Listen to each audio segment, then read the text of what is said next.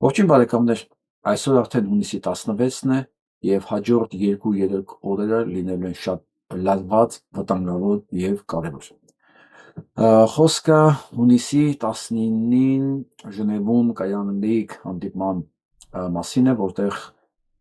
Ամերիկայի Միացյալ Նահանգները և Իրանի Իսլամական Հանրապետությունը պետք է ստորագրեն խաղաղության վերաբերյալ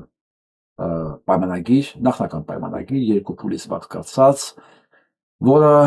տալու է շատ հարցերի պատասխան, մասնավորապես Հայաստանի հարցով։ Եվ մինչև դրան հասնելը ես ուզում եմ ուղղակի հերթով գնանք, սկսենք նախ տեղական նորություններից, մենք այդ մասով շատ բաներ ունենք իրար պատմելու։ Ես ուզում եմ նաև հիշեցնել, որ ովքեր ուզում են նայել բոլոր վիդեոները անկախ ժամանակից, նախնական մինչև YouTube-ը կտա, կարող է միանալ Patreon-ին, ձեր միանալը կլինի նաև աջակցություն այս ալիքին, ովքեր ուզում են մեկամյա աջակցությունով օգտակար լինեն, խնդրեմ բոլոր հնարավոր փոխանցման ձևերը կան ներքևում, այնպես որ դառեք մասնակիցը այս մեծ process-ի։ Ասեմ ինչ հիմնաբանը, դժվարանում ենք արդեն, դժվարանում ենք, մարդիկ էլ չեն ուզում աշխատել, ասենք խոսքը, ամեն մեկը չի, որ պատրաստ է սա շարունակել, մարդիկ նայում են այս նկարներին, ասում են իմաստը ասա, իմաստը ասա, որ մենք հիմա այս ամեն ինչը պետք է շարունակենք, ես չեմ կարող ոչ մեկին բացատրել իմաստը, եթե այդ իմաստը իր մեջ չկա, ես ուղղակի ընտրում եմ նրանք, ովքեր պատրաստ են չհանձնվել առանց այդ բանը հստակ տեսնելու ինչ է լինելու, որովհետև այս պայքարն է տենց, ընդհանրապես պայքարը տենց է, պարտադիր չի դու տեսնես քայլերը ու գնացիր հասած տեղ, որ դու անես այն ինչ որ անհրաժեշտ ես գտնում, ես ուղղակի անում եմ այն ինչ որ անհրաժեշտ եմ գտնում, նույնիսկ եթե վերջում ոչ մի արդյունք չլինի, գոնե գիտեմ իվա, արել եմ ամեն ինչ որ իմ հնարավորությունների մեջ եղել է, հիմա նայում ես երեխեքի դեմքին, վերջը մեզ դավաճանեցիք, հասկալի, ու դա մեզ ճշմարտություն կա, թեկուզ ազգի 30%-ը, բայց սա սոսկալի թիվ է, իհարկե ազգի մեծ մասը չի ինչպես մարդիկ փորձում են ներկայացնել, կներեք որ դա մարդ եմ ասում, ինչպես փորձում են ներկայացնել, եթե ազգի մեծ մասը տենց լիներ, կարելի էր ընդհանրապես փակել երկրի դռներն ու գնալ, նույնիսկ 30%-ը հսկայական թիվ է, իսկ մի քիչ հասկացողի և պատասխանատվություն ունեցողի համար այս հայացքը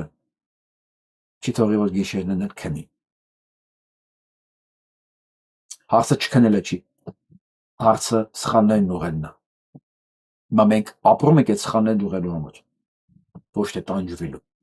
ովքեր պատրաստ են սխալների ուղղման ճանապարհով գնալ, խնդրեմ մնացեք, ովքեր հանձնվել են, իրանց գործն է, ոչ մեկին ոչ մի բան չեն կարող ստիպել, ովքեր չեն հանձնվել, խնդրում եմ անպայման սեղմեք լայքի կոճակը, գիտեք ինչ եք մտածում և տարածեք, գնանք առաջ, ես այս նկարում եմ նայում ասում, Տեր Աստված, քանի հայ կա տղամարդ, իմ համար տղամարդիկ է շատ կարևոր, որ ամեն վայրկյան պատրաստ է ձեռը գցի ու սուրը հանի, այ իր տունն ու հայրենիքը պաշտպանելու համար, քանիստ են մնացել,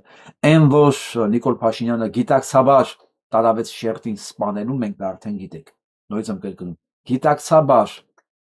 այն շերտին, որը պատրաստ էր միանգամից սուրը հանել պատյանից, ինքը տարավ ու սպանեց, հսկայական թիվ էր, սպանեց, տեսնես քանիսն է մնացել, որ ամեն վայրկյան պատրաստ է սուրը ձեռքին գցելու, իր ընտանիքը պաշտպանելու համար, դատելով այն արդյունքներից, որ մենք ունենք, շատ քիչ է մնացել, դատելով այն ընտրարշավից, որ իրականացավ, շատ քիչ է մնացել, շատ, տղամարդիկ շատ քիչ է մնացել ազգիս մեջ, եղածը իգացել են, կամ չգիտեմ, կորսել են իրենց դեմքը, իրենց նշանակությունը չեն հասկանում, տղամարդու նշանակությունն ինչու՞ն է, մոռացել են, բայց, ոնց եմ ասում, դա իրենց խնդիրն է, որովհետև և անձնական մակարդակի վրա և ազգի մակարդակի վրա ամեն անհատ և ամեն ազգ ինքն է իր ճակատագրի դարբինը, մի րոպե, Մի րոպե դուք չեք որոշում թուրքը որտեղ է գալու նստի։ Ուրեմն ասում եմ դուք չեք որոշելու թուրքը որտեղ է գալու նստի։ Հանգիստ րոպե։ Չգիտեմ, այս տեսանունը տեսնելուց այսօր քանի հոգի է իրեն նվաստացած զգացե, քանի հոգի է նեղվես էր համար եւ Փաշինյան Նիկոլին ձայն տվածներից քանի հոգի են հասկացել ինչ են արել իրանք։ Ես Փաշինյան Նիկոլի հետ կռիվ չունեմ։ Փաշինյան Նիկոլը երկրից թշնամին է։ Ինքը անում անի ինչ որ կաներ թշնամին։ Նույնիսկ թշնամին այսքան բան չէր կարող անում։ Ես դա հետ ոչինչ պրոբլեմ չունեմ։ Իմ գործը իրան նեյտրալիզացնելն է։ Իմ պրոբլեմը սրան այս կամ այն պատճառներով ձեն տվածներն են, որոնց չես կարող հաշվելով կերեն, դու չգիտես։ Այն ինչ որ մի մասը գիտես գուշակում ես։ Բայց իմ պրոբլեմը դրանք են։ Հիմա ես դրանց եմ հարց տալու։ Այս կադրերը որ նայում եք ինչ եք զգում։ Կամ ընդհանրապես մի բան զգում եք, այս կադրը նայելուց թե չէ։ Հա։ Զգում եք։ Մենակ չասեք, սա էսի նախկիններն են արել։ Ես գիտեմ, ամեն հիմա պատասխան կարող եմ լսել, լսում եմ, միջև հիմա, գիտեք, միջև հիմա այն վիդեոների տակ գրում են քթիս մասին, ունքերիս մասին, սպիտակած մազերիս մասին, ճաղատիս մասին, գրում են, լու։ Գրում են ու ես ես կարդում եմ, մտածում եմ, Տեր Աստված։ Սրանց որտեղ են աճացել։ Սրանք ինչից են առաջացել բարի բնիմաստով։ Նայում են նյութը ու գրում են ունքերիս մասին։ Կամ քթիս մասին, ճաղատիս, հա, որ դիքցիաս իդեալական չի դրա մասին էլ են նայում ու մտածում եմ արել, հա ձեզ որտեղ են աճեցրել, ու ինչի են աճեցրել ամենակարևորը, դուք այդ պատասխանը գիտեք, այդ դրանցից մեկը եթե քննելուց առաջ նստի ու մտածի իր ապրելու իմաստը ո՞րն է, եւ ինչի է ինքը ապրում, ինչ ավելացած արժեք է ստեղծում այս կյանքում, իր գոյությամբ։ Չնայած բարդ բան եմ ասում դրանց համար, ինչ մտածել, ինչ բան, նախիրը չի սիրում մտածել, նախիրը բանականության դեմ է գործում։ Իրանց նույնիսկ սա չի հետաքրքրում։ Նախնիներն են, սրանք նախնիներն են, գիտեք, չէ՞, այս կրակողներն են, սա գալիս են ձեր տները, գալիս են ձեր տները, արդեն դիլիջանում են, այո, ու այս կողքի թուրքի ծնունդը նենց հպարտ է քայլում, ոնց որ թե ինքն է գնացել Բաքու։ Չեք որոշում թուրքը որտեղ է գալու։ Հա։ Այս ամեն ինչը ինչ որ Արցախում է կատարվում, իր հարազատ գյուղում էլ է կատարվել, արցախցի է, չէ, տականք։ Նորմալ է։ Ու շատերի համար է երևի սա նորմալ։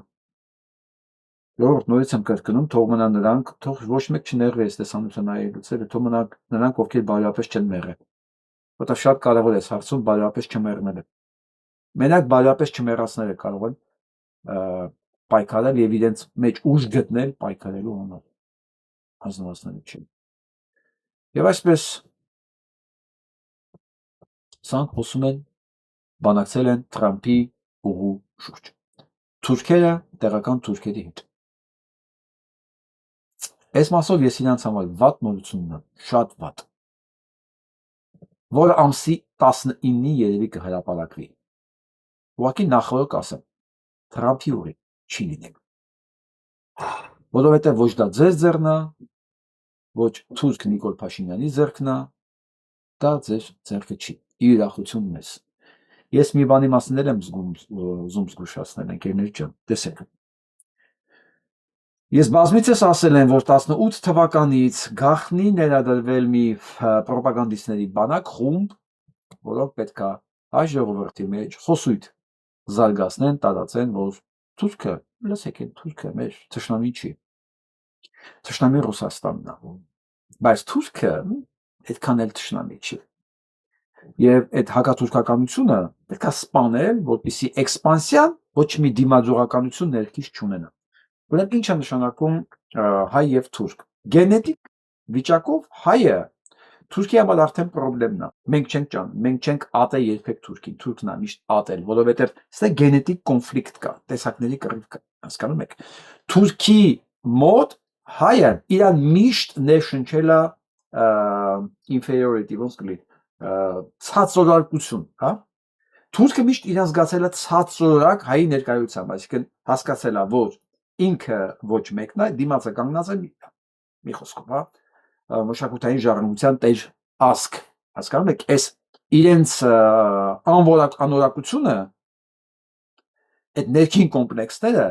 իրենց հանգիստ չի տալի առ այսօր, ոչ ադրբեջանցիներին, ոչ թուրքերին,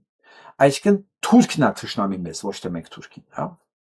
երբ որ մեզ գայարանները բթացնում են, ասում են, չէ, ինքը քեզ որպես թշնամի չի նայում, իրենք մեզ գայարանները բթացնելով մատուցում են թուրքին, որտեղ մեր մոտ թուրքը դա արդեն ինստինկտիվ պաշտպանության անհրաժեշտություն է ստեղծում, սրանք ինչ են անում մեզ, այն ինչ որ արվեց 15 թվականից առաջ, երբ որ հայ մարդը թուլացավ մտածելով, որ այս երիտասարդ թուրքերը այլևս իր թշնամիները չեն։ Եվ այսպես, այն մարդիկ, ովքեր ձեզ կասեն, որ թուրքերը մեր թշնամիները չեն, հենց դրանք թուրքական ազդեցության գործակալներն են։ Հիմա հիմնավորեմ ինչու, որովհետև թուրքական բոլոր ռազմավարական փաստաթղթերում Հայաստանը ներկայացված է որպես թշնամի պետություն։ Հայաստանի ապագան թուրքական պետությունը տեսնում է ոչնչացված։ Նիկոլը որ ասում է, դա ընկել ենք ոտի տակ։ Նիկոլն ասում որ մենք ընկել ենք ոտի տակ, չէ՞։ Իրանց ապագայում Հայաստան գոյություն չունի։ Այսինքն սա իրանց ռազմավարական խնդիրն է։ Որպեսզի դա իրականանա, հնարավորինս քիչ կոլոսներով ցանկալի առանց դիմադրության, հայ ժողովուրդը պետք է դադարի թուրքերին թշնամի ընկալելուց։ Դրա քարոզին են միտված բոլոր նրանք, ովքեր այս նարատիվները տարածում են։ Զգուշ է, ես չեմ կարող բոլորի սկան անել ամբողջ օրը ինչ են խոսում, բայց եթե դուք տեսնեք միտեղ, որ թուրքերին փորձում է փապկացնել, սալակը շուռ տալով մենակ ռուսների վրա, իմացեք, տիպիկ այն ինչ որ ես ասեցի, դա թուրքական ազդեցության գործակալ է։ Ու ինչ վերաբերում է ռուսներին, տեսեք, երկուսն էլ իրենց պայմանավորվածության մեջ հայ ազգի թշնամին են, խոսքը հայ-ռուսական ռուս-թուրքական համաձայնագիրն է։ Առանց այդ համաձայնագրի հայը կարա ապրի ռուսի հետ, համագործակցի, չգիտեմ, հազար ձևի ֆորմատ կա, որ հայը կարա համագործակցի, հա, լինի ռուսի հետ ինչ որ հարաբերություններ։ Այսինքն առանձին վերցած ռուսի մոտ, որ Հայաստանը պետք է վերացվի քարտեզի վրա, այտենց ռազմավարական ծրագիր գոյություն չունի։ Միշտ կան վտանգներ, հա, քեզ վասալի տեղ պահելու, ֆորտպոստ պահելու, դա ուրիշ խնդիր է։ Թուրքերի մոտ քո ֆիզիկական բնաջնջումը, ասեք, օրակարգային է, հասկացաք, փոքրիկ է տարբերությունը։ Ռուսների մոտ քո ֆիզիկական բնաջնջումը օրակարգային չի, չկա տես բան։ Քեզ վասալի ստրուկի կարգավիճակով պահել այնտեղ ֆորտպոստ որպեսի կա, բայց քո ոչ ֆիզիկական բնաջնջումը։ Թուրքերի մոտ մեր էգզիստենցիալ գոյությունը, ընդհանրապես մեր գոյությունը բացառում է, պետք է վերացվի։ Հասկացաք ռուսների եւ թուրքերի տարբերությունը։ Այո, որպես թշնամի ավելի վտանգավոր, թուրքերն ավելի վտանգավոր են։ Այսքան բան։ Եվ գնանք Էլի Ալիևը ինչ ասում, Զանգեզուրի միջանցքը կդառնա միջին միջանցքի կարևոր մաս։ Ալիևը նույնիսկ խոսել այս մասին։ Հետաքրքիր է ում համար է սա ասում։ Սա ում համար է ասում, երբ որ ինքը գիտի արդեն, որ Իրանը, Ամերիկայի Միացյալ Նահանգները պատրաստում է պայմանագիր ստորագրի ամսի 19-ին։ Երևի Իսրայելից իրեն հույս են տվել, որ չմտածես, Տրամփով է որ պայմանագիր ստորագրի, բայց մենք դրա մասին էլ այդտեղ խոսալու ենք։ Ու զուգահեռ տնօրենը պատվիրակությունով գնում է Ադրբեջան։ Նրանք Հայաստանում են, տնօրենը ճակերտավոր եմ ասում, որտեղ ինքը ազգային չի, ոչ էլ անվտանգության տնօրենը։ Ինքը ազգի գոյությունական սպառնալիք որպես այս կառույցը ազգի սպառնալիքն է, ոչ միայն չի պատրաստում պաշտպանում ազգին վտանգներից, ինքն է առաջի սպառնալիքը այսօր։ Դուք բոլորը պետք է շատ լավ իմանաք, ովքեր իրենց տանը շրջապատում ունեն ուժային համակարգում աշխատողներ, մասնավորապես ԱԱԾ քննչական, հա, եւ ոստիկանական բարձր պաշտոնների։ Իմացեք, դուք ձեր միջավայրում ունեք հայ ազգի թշնամի։ Բառացի։ Այս կառույցները հիմա աշխատում են եւ վաղուց աշխատել են թշնամու օգտին։ Այսօր էլ գնում է ազգային անվտանգության տնօրենը թշնամու երկիր, սա արդեն երկրորդ հարցն է։ Դուք ինչ ունեք այնտեղ անելու։ Գնում եք զեկուցեք, ոնց եք բերելու ադրբեջանցիներին լցնել Հայաստան։ Դուք ինչ գործ ունեք Ադրբեջանում։ Հեն այն թուրքերը գնում են գալիս են հերիքա էլ են 20 հոգանոց խումբը։ Դուք ինչ գործ ունեք այնտեղ։ Լսեք, ոչ մի բան չի ներվելու, տղեկ։ Ես չգիտեմ նույնիսկ արժի ձեզ տղեկ ասել թե չէ։ Ես հասկանում եմ, որ դուք հիմա գուցե շատ պաշտպանված եք զգում ձեզ, ոչ մի վտանգ չի սպառնում։ Հասկանում եք, բայց տենց չի։ Մի քիչ պատմություն իմացող մարդը կարող է հասկանա էլի, որ պատմության մեջ այնքան են անակնկալ ու կտրուկ բաներ փոխվում, որ դա գալու է պատասխան տալու տեղը ժամանակը։ Այ չգիտեմ որքան մարդիկ են արդեն մնացել, դեռ մնացել հավատացող, որ այս պատասխան տալու ժամանակը գալու է, բայց ես դրան հավատում եմ։ Ու ես ամեն ինչ անելու եմ ձեր հետ միասին, որ այդ պահը, այդ ժամանակը, այդ օրը մեկ ոտ շուտ գա։ Ու ես ձեզ մի բանից եմ ասում, ձեր այս թշնամական դավաճանական քայլերը չի ներվելու, ու դուք պետք է երանի տակ, որ ձեզ տանենք ուղղակի դատարան։ Ձեր ճակատագիրը կարող է նայել այդ ձեր որոշվի։ Հասկանում եք, այս ծրագիրը, սա որ իրականացումը, ինչի մասին որ խոսեցի, գրված է հենց այն գրքի մեջ, որը Փաշինյան Նիկոլը գրկե ու սեղմել է Թոշին։ Ինչի մասին ես ասում եմ, հայերի ճակատագրի, հայերի վերջաբանի, հայերի նշանակության, հայերի վախճանի մասին ամեն ինչ գրված է հենց այդ գրքում։ Ու սա բան չի, կոնսպիրացիա չի, դա հրապարակված է։ Պլյուս, ես վերջերս Թուրքիայում նաև հրապարակվեց զեկույց Ալիևին սսկսնելու համար, որ ձեր բերանը փակի, թե Թուրքիան 44 օրյա պատերազմի ժամանակ ինչ օգնություն է ցուցաբերել ադրբեջանական բանակին, որ ամբողջ օպերատորները, բոլոր դրոնների օպերատորներից սկսած մինչև հատուկ ծառայությունները իրենց եւ հատուկ ջոկատայինները կռվել են հայ զինվորի դեմ, ու մեկ էլ Հայաստանում կարող եք դուք գտնել կենդանիներ, որոնք կարող են պնդել, որ Թուրքիան մեր թշնամու չի։ Այն ինչ ես ասում եմ, սա հրապարակված փաստաթղթեր են։ Այսինքն ոչ թե միայն իրանց այս գրքի մեջ է գրած, ռազմավարության ծրագրերի մեջ է գրած, ինչ է լինելու Հայաստանի հետ, նաև իրենք հրապարակել են փաստաթղթեր, որ Ալիևին ասեն արա, մենք ոչ չլինեինք, դուք այս պատերազմը կրող չէիք։ Իրանք ոչ չլինեին, դավաճան գեներալները չլինեին, դավաճան Նիկոլները ոչ չլինեին, թշնամի, ոչ մեկ հայ զինվորին չէր կարող հաղթել։ Էլի չեն հաղթել, այս դավաճանել են։ Հիմա ինչ եմ ուզում ասել, որ Թուրքիան թշնամի է, իրենց փաստաթղթերի մեջ իրենք են ապացուցում, որտեղ իրենք եւ ռազմական ինֆորմացիայով, եւ հետախուզական ինֆորմացիայով, եւ ինստրուկտորներով, եւ դրոնի օպերատորներով, եւ դրոններով, եւ հատուկ ջոկատայիններով կռվել են հայ զինվորի դեմ։ Այդ թշնամին ուրիշ ո՞նց է լինում։ Թշնամիան նաեւ այն տականքը, որ հիմա այս իրքը դոշին խփած շարունակում է իրականացնել այն ինչ որ գրված է թղթի մեջ։ Նույնիսկ կրկնում Փաշինյան Նիկոլի ինձ հետաքրքիր կերպար չի, նա թշնամի է։ Իմ թիրախը բոլոր նրանք են, ովքեր սանձան են տվել ու աջակցում են։ Ու ես ասել եմ ու կրկնում եմ, բոլոր նրանք, ովքեր սան աջակցել են ու ձայն են տվել, անժամկետ առանց համաներման հնարավորության իմ թշնամին է։ Ես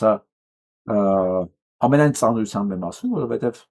շատ, չասեմ շատ, բայց իմ շրջապատից էլ այս զոհերը կան։ Իրանք էլ գիտեն, որ ես գիտեմ ինձ։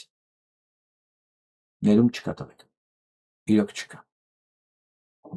Ես չեմ ասում սա, որ դուք վախենաք, ես ասում եմ, որ դուք իմանաք, որ իրոք ներում չկա։ Սա գիտեք ինչ է։ Սա Հայաստանի վերացման ձևերից մեկն է։ Սա կավարտի լքված հանքավայրի ջրերն են, թույնը, որը սենց գնաց լցվեց կապան, լցվեց ջուրը ու տարածում աստեղ նայեք։ Սա մաքուր թույնը,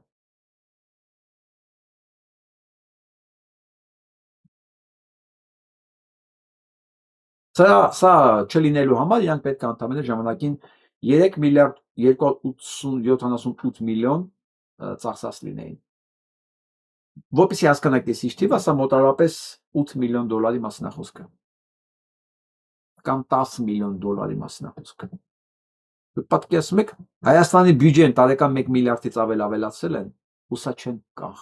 կանխարգել է, բայց դուք կլսեք, որ մենք կառավարելու ենք ռիսկերը։ Ինչքան լսած կլնեք։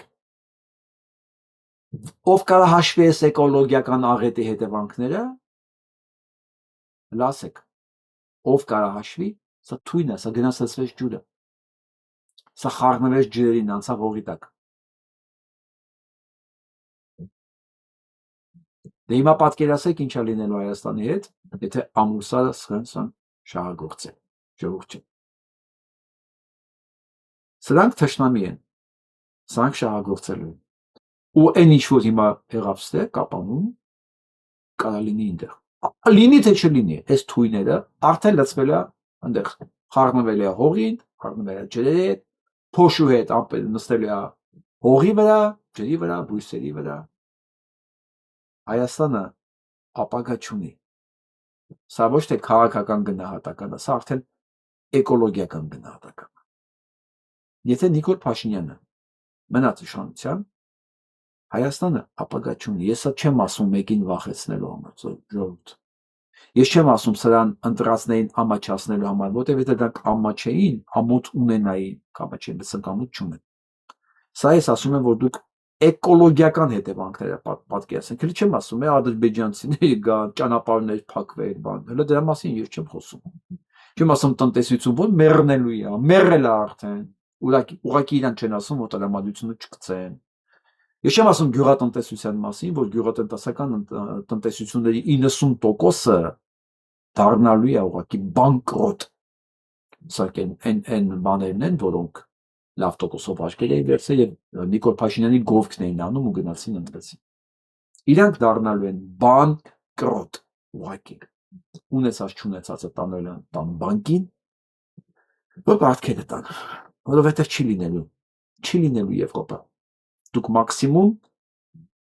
իշխանարժեքից ցածր ինչ որ մի բան հետ բերելու համար դուք փորձեք հայկական շուկայում ռեալիզացնել, ինչ որ այսօր ծաղիկ վաճառողներն են անում, ելակ վաճառողներն են անում, կամ ուղղակի թափեք։ Ես էլ չեմ զարմանա, եթե մարդը մտածի ավելի լավ է ես թափեմ, լսնեմ խոզերից դեմ մոտիկ ան էժան վաճառել։ Ամեն ինչ կարող է լինի, բայց արդյունքը լինելու է նույնը։ Ով Փաշինյան Նիկոլը ընտրել։ Գնալու է ճանապարհով։ Տարբեր ձևերով է դուրը ծեծելու ճակատագրի Բեթհովենի 5-րդ սիմֆոնիան հիշում եք։ Այս պապապապամ տարբեր ձևերով է ամեն մեկի դուրը թակելու այս ճակատագիրը իրանց արածի դիմաց։ Ցավոք այս ճակատագիրը ձեռի հետ էլ թակելու է այն մարդկանց դռները, որոնք չեն գնացել այդ քայլին։ Ցավոք եմ ասում, բայց այդ մարդիկ էլ իրենց պարտականությունների արժեք չեն կատարել։ Ոչ մեկի ձեռը չեն բռնել, չեն գոռացիական ներտակասել մի արա, կռիվ չեն տվել իրենց համար։ Վատամարդ չեն նելու համար, այնպես որ ժողովուրդ ջան, սա որերորդ օրն եք սրա իշխանության հրասեք 8-րդ օրն է։ Հələ մի հատ հաշվեք Գյումրու կարկուտը, պայթած կամուրջը, կարկուտները Սևանում, Ալմավիրում, ավերածությունները 8 օրն է սա հələ։ Մենք հələ ապրելու ենք։ Մենք դեռ ինչ է պետքա տեսնենք։ Ու ես հիմա ինձ մի բան եմ ստիպում, որ ես ամեն ինչին կարողանամ նայեմ սառնասրտորեն, ընդունելով, որ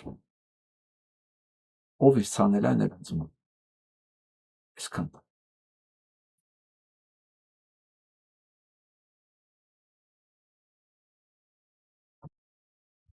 Չպտկեց։ Զելենսկին էլ չպտկեց Նիկոլին։ Եկավ գլուխը շոյեց, սա ուրախ վերցեց այն ապրանքները, որ չեն ընդունում Ռուսաստան, ուղարկեց բան Ուկրաինա, հետա ուղարկե։ Որովհետև, գիտեք ինչ, պղպեղում հայտնաբերվել են արգելված միջատներ, որոնք պետք է չլինեին։ Ես ասում Հայաստանում արտադրված ոչ մի մթերք Ռուսաստանից այնքան չի կարող գնալ։ Ռուսաստանն էլ գնում է մենակ մի բանի պատճառով, որովհետև այնտեղ ընդհանրապես ստուգում չկա, հետնել գտնվելով բլոկադայի մեջ ամեն ինչ պատրաստ են ուղղակի ընդունել այնքան որ մի բան լինի, բայց երբ որ ժամանակին ուզենան բզբզալ, մի բան կքնեն ամեն չեմ ասում դու գնաս հասնես բան Եվրոպա, նույնիսկ Ուկրաինան չի ուզում ընդունի, նույնիսկ հա sense դաժանա քաղաքականությունը հիմա երեք ասեն Նիկոլ Փաշինյանը ինչ մեղք ունի դե պես մտածողի համար ոչ մի մեղք չունի գիտեք ինչ եմ ասում ոչ մի մեղք չունի որտեղ իրենց բացատրելու իմաստ չունի եթե այդ հարցը առաջացել է իր մոտ թե ինչ մեղք ունի նշանակում է նույնիսկ իրան բացատրել է իմաստ չունի դու չես կարող բացատրել գիտես ինչ որ գիտեք ինչ է երկրի ղեկավար լինելը հա Եվ ռիսկերը բանը կանխատեսում են, կառավարում են, հա, այդ ռիսկերը պետք է կառավարվեր։ Ոչ թե բյուջեն լափելով, այլ դիվերսիֆիկացնելով քո տնտեսական հարաբերությունները։ Այսինքն, հա, ունենալով միշտ մի տարբերակ, որ դու գոնե կարողանաս քո մտերքը վերամշակես։ Հա դու քո մտերքը ոչ թե հումքի տեղ տանես, այլ վերամշակած տանես։ Դու ստեղծում ես ոչ միայն վաճառքից փող, այլ հավելյալ արժեք, դա պրոդուկտի վերածելով դու նորից աշխատատեղ, նորից հավելյալ արժեք ես ստեղծում, եւ քո պրոդուկտը դառնում է մի քանի անգամ ավելի թանկ եւ արժեքավոր, եւ ամենակարևորը չփչացող։ Բայց քանի որ Հայաստանում կառավարման համակարգ չկա եւ սա մասի մտածող չկա, դրա համար Նիկոլի սպասարկող այդ անդամները, այդ համույթի անդամները, այդ հարցերը տալու են, բան Նիկոլը ինչ մեղք ունի ստեղ, ոչ մի մեղք տղեն, ոչ մի մեղք, այս ամեն ինչը ուղղակի ճիշտ տրամաբանական իր ունովակ, որտեղ ինքը ոչ մի մեղք չունի։ Ես ուզում եմ մի հատ լսենք Հակոբ Բադալյանին, թող այսօր ինքը խոսա, ես լսեմ։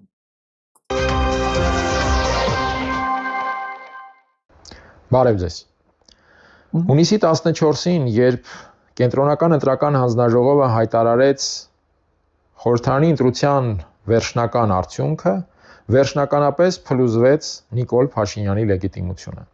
Իհարկե այնպես չէ, որ այդ լեգիտիմությունը անսասան ու ամբողջական մի կոնստրուկցիա էր մինչև հունիսի 14-ը։ Խնդրում եմ Նիկոլի այդ համույթի անդամներին չգրել Հակոբ Բադալյանի մասին ռուսաստրուկ, պես բառը մի գրեք, դրանք հաստատ ռուսաստրուկ չի։ Ես գիտեմ, ես արդեն լսում եմ դե ինչ են գրում, էլի արդեն գիտեմ ինչ են մտածում։ Չնայած ես իրանց վաղուց հանել եմ Ալիքից, բայց էլի գտնվում է, ես մի տեղից մի հատ ծալում եմ մի բան, էլի դրանք գիտեք, չեն անձևավորթի նման առաջանում են, էլի անձերից հետո։ Հակոբ Բադալյանի մասին պարտադիր չգրեք, որ ինքը ռուսաստրուկ է։ Չէ, ինքը ռուսաստրուկ չի։ Շնորհակալ Նիկոլ Փաշինյանի լեգիտիմությունը։ Իհարկե այնպես չէ, որ այդ լեգիտիմությունը անսասան ու ամբողջական մի կոնստրուկցիա էր մինչև հունիսի 14-ը։ Փաշինյանի համար լեգիտիմության խորքային խնդիրներ սկսեցին 2022 թվականից հետո, երբ նա մտավ, այսպես ասած, Արցախը թոք է եւ վերջ տրամաբանության ու քաղաքականության դաշտ։ Չէ որ նա իր, այսպես ասենք, հին լեգիտիմությունը ձևավորել էր էապես նաեւ Արցախը Հայաստան է եւ վերջ հայտարարության կամ իրականում բղավոցի հիման վրա։ Ինչու եմ ասում բղավոց, որովհետև 2019 թվականի օգոստոսի 5-ին Ստեփանակերտի հրապարակում հնչած այդ հայտարարությունը, ինչպես հետո պետք է պարզվեր, որևէ կերպ չէր արտացոլում մշակված եւ համակարգված քաղաքական դիրքորոշում կամ մոտեցում։ Այլ Թող Հակոբ Բադալյանը ինձ ների, բայց ես գիտեք ես ինչ եմ տեսել, կարդացել։ Մեկին ինձ գրել էր։ Բա ինչ է, ուզում ես նախկինները հետ գային։ Ես մտածում եմ, Հայաստանում դեռ մարդ կա, որի վրա աշխատում է ընտրեք Նիկոլին, որ նախկինների հետ չգա։ Կա է։ Կա, դե այդ նախիդի հետ աշխատի։ Ու չես կա։ Դու ոնց է դու տարբեր մոլորակներում ապրես։ Մտածում ես փակելա պետք են դպրոցը, որտեղ որ սա սովորել է։ Դատելա պետք են կրթության նախարարին, որի ժամանակ սա դպրոցա գնացել։ Պետքա փակել այն բոլոր հերոստակայանները, որոնք սա նայում է, այս տեսակը։ Իսկ մեկ։ Հələ միջև մատս գրողներ կան։ Ուղղակի ասում եմ Արցախը Հայաստանը եւ գորոցի մասին որ ասած, ես էդ հիշեցի։ Այլ պահի տակ արված մի հայտարարություն էր։ Հետևաբար պարզապես բղավոց։ Իսկ երբ բղավում ես Արցախը Հայաստան է եւ վերջ, բայց հետո հայտարարում Արցախը թոք էր եւ վերջ, եղած լեգիտիմությունը քանդվում է, բայց ինքնաբերաբար չի ձևավորվում նորը։ Նիկոլ Փաշինյանը իր առաջ ըստ այդմ դրեց խնդիր չեզոքացնել եղած լեգիտիմության այդ քանդվելու ռիսկերը եւ հետևանքները եւ կառուցել նորը 2026 թվականի խորհրդարանի ընտրությանն ընդառաջ կամ առնվազն ձևավորել բավարար դաշտ նորը կառուցելու համար, չեզոքացնել եղած կամ հին լեգիտիմության փլուզման վտանգները, ստեղծել բավարար նախադրյալ 2026-ի համար եւ հետո արդեն 26-ից հետո շարունակել նոր լեգիտիմության կոնստրուկցիայի ձևավորումը։ Այստեղ էլ առանցքային նշանակություն ուներ այն, որ չնայած այդ խորքային փլուզման, Նիկոլ Փաշինյանը այդուհանդերձ պահում էր լեգիտիմության նվազագույն մի նշաձող, ընտրական լեգիտիմության բաղադրիչը 2018-ի եւ հետո 2021-ի ընտրությունների շնորհիվ։ Եվ այստեղ է, որ 2026-ին այդ բաղադրիչը շարունակելու եւ հետո արդեն ավելի լայն իմաստով լեգիտիմության նոր կոնստրուկցիա ձևավորելու համար Փաշինյանին անհրաժեշտ էր ապամոնտաժել պետական ու ազգային ինքնությունը, որովհետեւ նախկին այդ փլուզված լեգիտիմությունը փլուզվել էր նաեւ այն պատճառով, որ 2022 թվականից հետո Փաշինյանը էապես արմատապես հակառակ դիրքորոշման մեջ էր հայտնվել այդ ինքնության եւ այդ ինքնագիտակցության համեմատ, որ ուներ հայ հանրությունը։ Ես ասում եմ, կռիվը մեր ինքնության դեմ է, կռիվը մեր ինքնության դեմ է։ Հա հիմա նույն բանը Հակոբ Բադալյանն ասում է քաղաքական տեսակետից։ Եթե կռիվը մեր ինքնության դեմ է, նշանակում է դիմադրողականությունը կարող է արդյունավետ լինի մենակ այն ժամանակ, երբ որ մեր ինքնության գիտակցությունը բարձր լինի։ Այսինքն ինքնաճանաչումը դա պարտադիր process է, որ հայ մարդը պետք է անցնի։ Եթե ուզում է կարողանա սան դիմագրավել, որովհետև այն մնացածը, որոնք չեն անցնում այդ process-ը, դա իրանց համար ամեն ինչ կարելի է, էլի, ամեն ինչ իրանց համար ընդունելի է, որովհետև իրանք իրանց ինքնության հետ ոչ մի խնդիր չունեն։ Սա կարա լինի, էլի։ Ուրեմն ասում եմ դուք չեք որոշելու թույլտվողը։ Ու ինքը ընդունում է, որ ինքը չի որոշելու, հասկանում եք։ Որովհետև արդեն ինքնության խնդիր կա, ինքնություն չկա։ Ոչ թե ինքնության խնդիր կա, նշանակում է ինքնություն չկա, եթե ինքը չի որոշելու թուրքը որտեղ պետք է կանգնի։ Հիմա գնանք առաջ։ Եվ որ ունի հայ հանրությունը։ Այստեղ է, որ այդ ինքնության ապամոնտաժումը Փաշինյանի համար ինքնապահպանման հարց էր իշխանության եւ քաղաքականության իմաստով, ինչը ինքնության ապամոնտաժումն է սրա իշխանության մնալու տարբերակը։ Հնարավորությունը, քանի դեռ ինքնությունը չի ապամոնտաժել ու ինքը կռիվա տալի հենց այդ ինքնության դեմ։ Այս ինքնությունը սիմվոլներն է, հասկանում եք, Արարատն է, Արագածն է, то չգիտեմ, այդ Մասիսարն է, մեր գերբն է, այդ ամեն ինչը այդ ինքնությունն է։ Ինքը դա է ապամոնտաժում։ Եվ ասեմ, բոլոր ովքեր քարակել են Փաշինյանի կոլեկտին,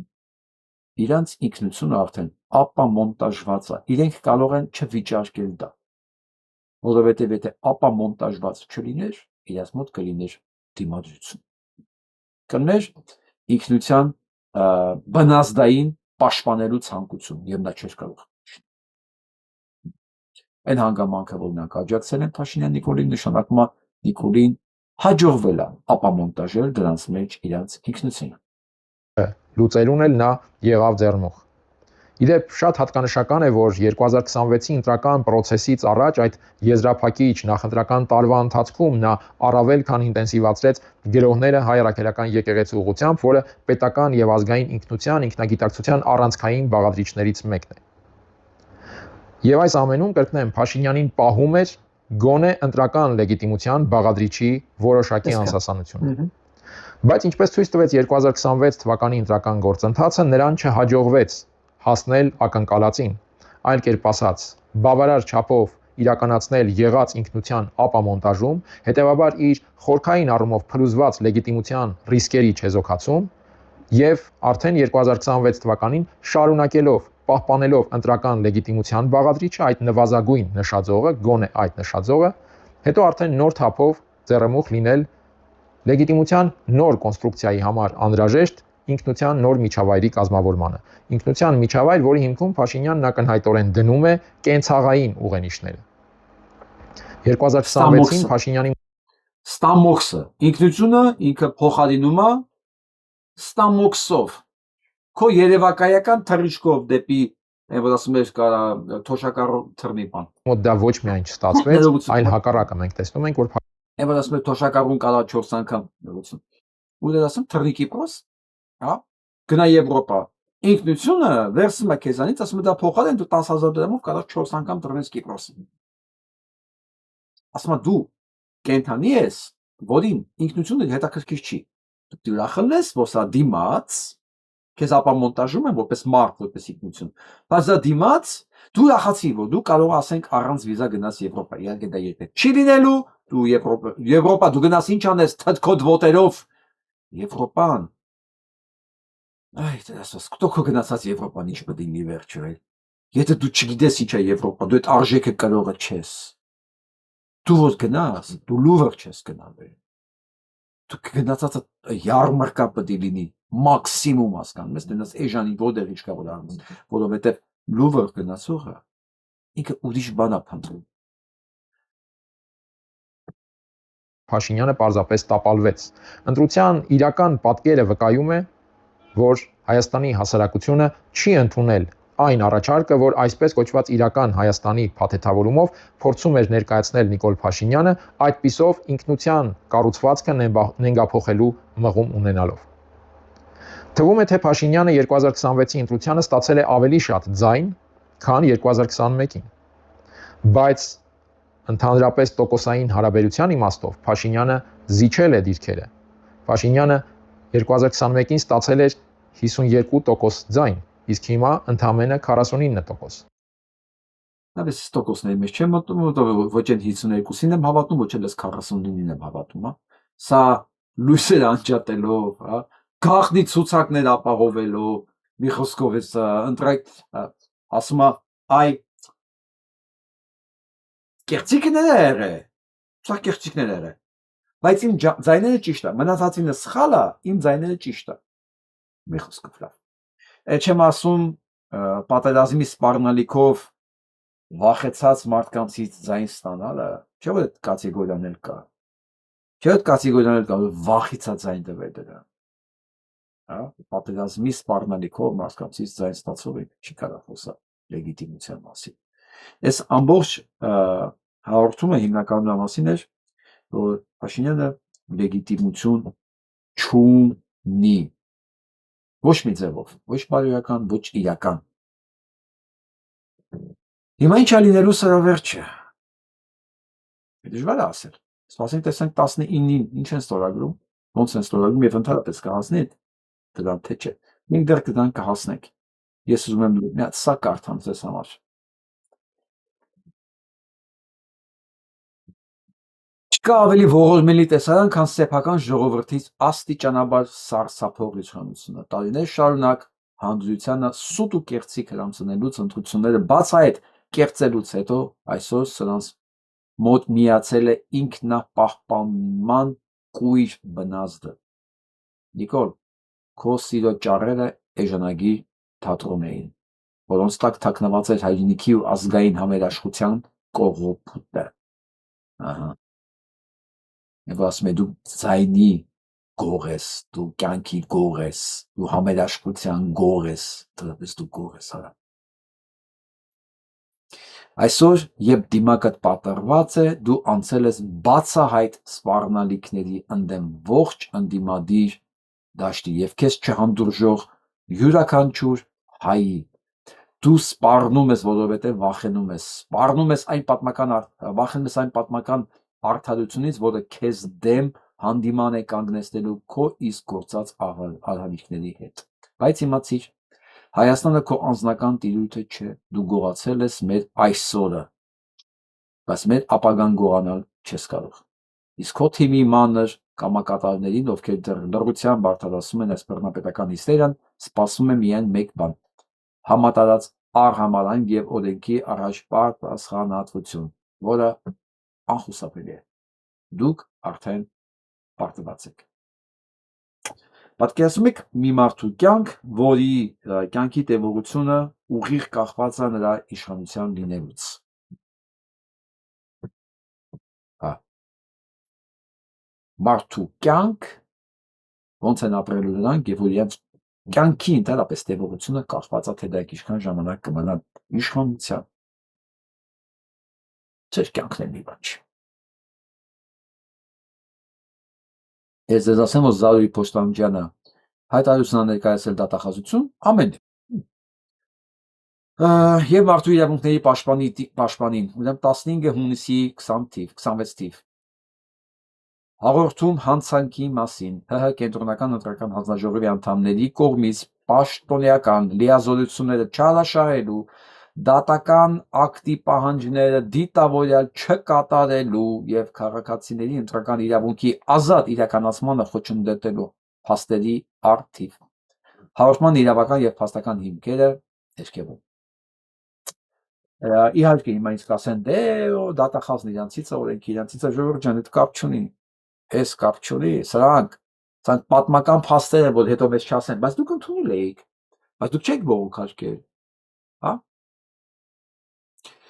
Ու միայն այս դեմքով ստահակը, անուղեղը կարող էր գնալ այս մասշտաբի հանցագործության։ Որտեղ Նիկոլի ընկերը ԿՊԵ-ականը այլ ձև չէր կարող լինել։ Իսկ դատախազ մարդու իրավունքների պաշտպան իրանք պետք է հասկանան, որ ձեր բռնած իրանք վաղուց արդեն դարձել են այս համակարգի հետ համարյա նույն աստիճանի հանցագործներ։ Էլի ձեր կյանքի տևողությունը, մանավանդ ազատությունը ուղիղ կախված է ձեր իշխանության տևողության հետ։ Իսկ դուք զառամյալ չեք, որ չհասցնեք տեսնեք ճաղել։ Իսկ մեր գործը դա արագացնելն է։ Արցախցի Կարինե Միրզոյանն ահազանգել է իշխանություն լրատվական եւ հայտնել է, որ մի խումբ դիմակավորված անձինք մտել են իրենց տուն, խոզարկություն իրականացրել, վախեցրել երեխաներին, իրեն հղի վիճակում սթրեսի ենթարկել, իսկ ամուսնուն արդեն 2 անգամ տարել են հարցաքննության։ Երեխաս վախից գոռում է. «Մամա, միլիցիան է»։ Կնոջ պատմելով իրավապահ համակարգի այս խոզարկությունների ճնշումների պատճառը համացանցում տարածված այն տեսանյութն է, որտեղ դիմակավորված իբր թե արցախցիները սպառնում են Նիկոլ Փաշինյանին։ Դուք պատկերացնում եք այս տականքները, իրանք նկարում են, իրանք տարածում են, իրենք նկարում են, իրենք տարածում են ու գնում են արցախցիների տներով։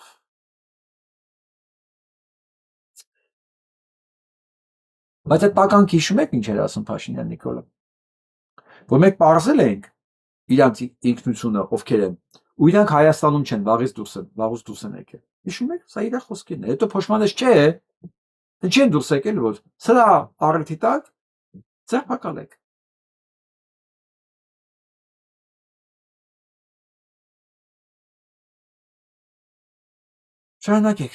Շարունակեք ձեր բախանալը, մի հատ լսենք այս քաղաքացուն։ Ասում։ Հիմա ես վստահ եմ, ասենք սա այս հարցազրույցը որ հրապարակվի, բաներում մարդիկ մտնելու են, մեկը ինձ ծախված պիտակավորի, մեկը չգիտեմ գող են, մեկը ավազակ, միանշանակ լինելու է, չէ՞։ Ու հարցը առաջանում, ոնց կարա կենթանի մարդը գիշերը որ քնած է, առավոտյան արթնանա, լվացվի, ատամները լվանա, չգիտեմ, սուրճ խմի, բացի ինտերնետը, մտնի, տեսնի ինչ-որ մի հատ հարցազրույց, մի բանի մասին խոսում ես, տակը քեզ ծախված շուն պիտակավորի, չգիտեմ, ինձ, որ հենց այնպես չեմ ասում, էլի, որոշ բաներ կան Դուք եք ինչ նման է, նույն մարդիկ են, սա Նիկոլ Փաշինյանի կոնտինգենտն է, իմիջիայլոց, ովքեր նույնիսկ չեն մտնում գրում, բայց Նիկոլ Փաշինյանի աջակիցն են, իրանք նույն կոնտինգենտն են, որտեղ այս ամեն ինչը արվել է նաև ձեր անունից, որտեղ առանց այս կոնտինգենտի դուք զրո եք, որովհետև այս կոնտինգենտն է լրացրել շատ մարդկանց, ասում մարդիկ բան չեն գրում, որ հայրանքներ չգրեն, մարդիկ չեն ուզում իրանց երեխեքը իրանց կանայք կարդան լսեն դա, հասկանում եք դուք ով եք Փաշինյան Նիկոլի աջակիցներ եւ ընկերներ։ ինտերնետում ես բացում կարդում եմ, ինձ ասում են ծախված։ Ես դպրոցն ավարտել եմ, երկու բարձրագույն եմ ավարտել, ես դասավանդել եմ, քաղաքագիտություն եմ դասավանդել, պետական ոչ մի պաշտոն երբևէ որպես այդպեսին չեմ զբաղացրել։ Ես իմ հացը վաստակել եմ ինձ մոտիկից ճանաչողները բոլորը գիտեն, որ ես իմ հացը վաստակել եմ արժանապատիվ։ Երբեք ոչ մեկից ոչ գողացել եմ, ոչ խաբել եմ, բայց բան ես խոսում, քեզ ասում են ծախված, քեզ ասում են թուրք, քեզ ասում են, չգիտեմ, ռասիստ, ասենք նույն բառերը բոլոր տեղերը նույն ձև գրում են։ Այս տականքի իշխանության գալու առաջին օրվանից սա ինչ արել, ստեղծել է պոակ կոչվածը, հայկատուների փողերից վերցնում է տալիքան քանի 100 միլիոն տալիս է դրանք, որ դրանք քֆուր տան, որ դրանք վիրավորեն մարդկանց, հասկանում եք, ում պրոֆիլը բացում ես, մի հատ նկարա կամ ծաղիկա կամ ինչ-որ մի հատ դեմք, չգիտես ինչի բոլորը ասենք 70-ից կանայք, չեմ ուզում 70-ից կանանց վիրավորեն, բայց բոլոր տենց է, եթե դեմք է, կամ այդ տարիքի տղամարդը կամ կին, ու մի հատ նկար ունի ընդամենը, եթե նկար է, էլի, կամ չգիտեմ, այդ դեկորա դրած ընդ է, նույն խոսքերը, այսինքն տեղից ընդ է, ընդեղից ընդ է, ընդեղից ընդ է, հիմա ես ընկերոջը ոչ ճանաչում եմ, ոչ չէ, ոչ գիտեմ ով է, այս նույն բանը ինքը ինքն է ասում, իմ մոտ էլ են չէ գրում, ու մեջը ուզում եմ բացեմ էլի հասկանամ, բալա լավ ես, այս կենթանին ինչ է կերևով սենց է մեծացել, բացում եմ ոնց որ սա քուրը աղբերն են, նույն կենսագրությունն է, ավելի շուտ կենսագրության բացակայություն, զգացում որ նոր են առաջացել, նոր, մի տարվա պրոֆիլը, երկու տարվա պրոֆիլը, 5 տարվա պրոֆիլը, ու ոչ մի կենսագրություն, ոչ մի բան չկա ընդ, ասենք, ոչ հետաքրքրություն ունի, ոչ այլ նկար ունի, ոչ մի բան, մեկը տենում ես, ասենք, կարող մի 5 տարի է ծնունդ են շնորհավորել, չկա իր գոյությունը, իր ամբողջ պատմությունը, այն է, որ ասենք ինքն դեռ եղել է, մեկը երկու հոգի ճանաչել է, ծնունդ է շնորհավորել, վերջ։ Այդ ասողը իմ մոտ իրոք ցավալի է, որովհետև այդ մարդիկ դժբախտ մարդիկ են, չափազանց դժբախտ, որովհետև ես դեռ դպրոցական տարիներից խորապես ուսումնասիրել եմ ու ուսումնասիրում եմ անձի հոգեբանությունը, ես տեսնում եմ, որ այդ մարդիկ դժբախտ են, այդ մարդիկ կիսագրագետ են կամ անգրագետ են, դրա համար ինքը իր չարությունը պարպելու համար, ասենք գրագետ խոսք ասող մարդուն կարա համարի ծախված, ասենք թե ում եմ ծախվել, ով է ինձ համար փող վճարել, ով է ստացել այդ փողը, որ ինձ բաժին չեն տվել, ես մինչև բան եմ գալիս, հեսա փողոցում բան եմ գալիս, բայց մեկը չի ասում, ախպեր, որ քեզ ծախել է, դու խաբար չես, արի այդ փողը տանք, հեսա քո փայես,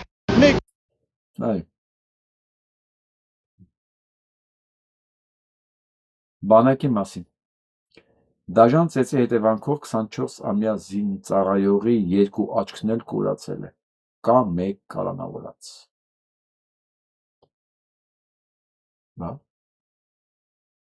Պատերազմ չկա, մարդ չի մահանում։ Գիտեք արդեն քանի հոգի է սպանվել։ Այս տարվա մեջ մենակ։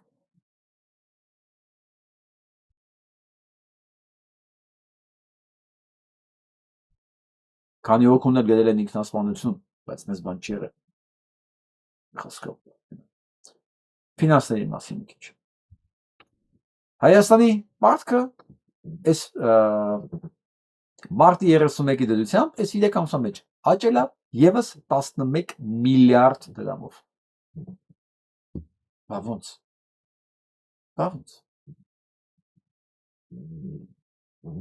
Իսկ ընդհանուր Հայաստանի պարտքը կազմել է 14 միլիարդ 531 միլիոն դոլար։ Ասել ենք ընտրել։ Լորջան, ուրեմն, ես չգիտեմ։ Թոշակներ, մոռացեք, ապահովագրություն, մոռացեք, սանկցիաները, աքսիզները, հեսա բարձրացնելու, այս ամեն ինչը պետք է հետ բերեն։ Այն ինչ որ փողեր են ծախսել ընտրությունների վրա, սա պետք է հետ բերեն։ Այս կառավարությունը սա կենսունակ կառավարություն չի։ Մի շատ բարձ պատճառով, սրանք նախ ուղիղ չունեն, որ կառավարեն արդյունավետ, որ այս ամբողջ ընթացքը երևացել է դրա համար։ Էկոլոգիական աղետների հերթին է ավիրելու Հայաստանը տնտեսական աղետները իրարერთին ավելելու Հայաստանը, թշնամիներն ընդ սահմանին կանգնած է։ Հետնել Փաշինյան Նիկոլը կախ շուն լեգիտիմությունից զրկված ինչքան ասենց կառավարել։ Ու ոնց հնարավոր սենց երկիր կառավարել։ Իդեպ հիշեցնեմ, որ ոչ Ռուսաստանի նախագահ, ոչ էլ Պարսկաստանից որևէ մեկը նույնիսկ հայտարարությունից հետո ամփոփեց, չէ՞ Կիրակի օրը վերջնական արդյունքները։ Ձայն չկա։ Ձայն չկա։ Ոչ մի շնորհավորանք։ Ոչ Իրանից, ոչ Ռուսաստանից։ Իսկ դրանք կներեք, ուզենք թե չուզենք, երկրորդական պետություններ չեն մեր քաղաքական կյանքում։ Բոլորովին։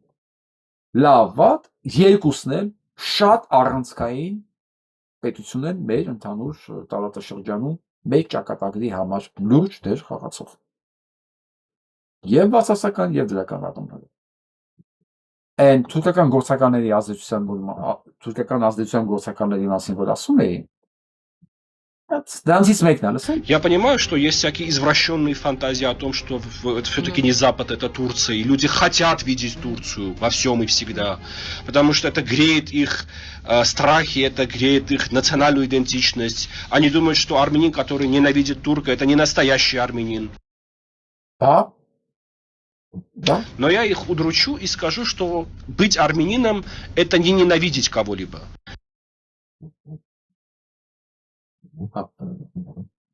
Կատակում է, էլի ասում եմ, եթե հայը Թուրքին չի ատում, ուրեմն նշանակում է այդքան էլ իրական հայ չի։ Հիմա ասում եմ, չէ, հայը ոնց կարա Թուրքին ատի։ Պատկերացեք հայը երևի ձեզ ավելի ատում, քան Թուրքին։ Օրինակ ես կարող եմ ձեզ երաշխավորել, որ դուք Հայաստանի Հանրապետության համար ավելի մեծ վտանգ եք, քան Թուրքը։ Ու դուք ավելի ատելի եք, ավելի մեծ գարշանք եք առաջացնում մարդկանց մոտ, քան Թուրքը։ Որովհետև եթե ամեն մի թուրք չի վտանգավոր հայի համար, բայց ձեզանից ցանկացած մեկը պոտենցիալ քայլող վտանգ է։ Սա ընդհանրապես դրանցից մեկն է։ Հիշեք, նայեք, ով այս ատելության, մեղմացման, նեյտրալիզացման մասին է խոսում Թուրքիայի նկատմամբ, սրանք գործուղված են, վճարվում են հակաթուրքականությունը արմատախիլ անելու համար, որպեսզի թուրքական էքսպանսիան լինի հանգիստ, առանց դիմադրության։ Ասեմ, դաշնակները, ոչ միայն դաշնակները, սանով էին զբաղված մինչև 15 թիվը։ Համոզելով ընկած գյուղ, որ այս թուրքերը առաջվա թուրքերը չեն, պաշտպանվելու կարիք չկա,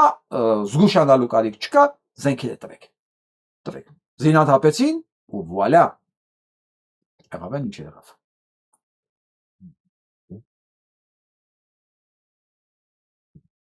Դերասան Սամվել Թադևոսյանն ու ռեժիսոր Շողակաթ Վարդանյանն ընդգրկվել են Եվրոպական կինոակադեմիայի նոր անդամների ցուցակում։ Հիշեցնեմ Շողակաթ Վարդանյանն ով է։ Շողակաթ Վարդանյանը մի հատ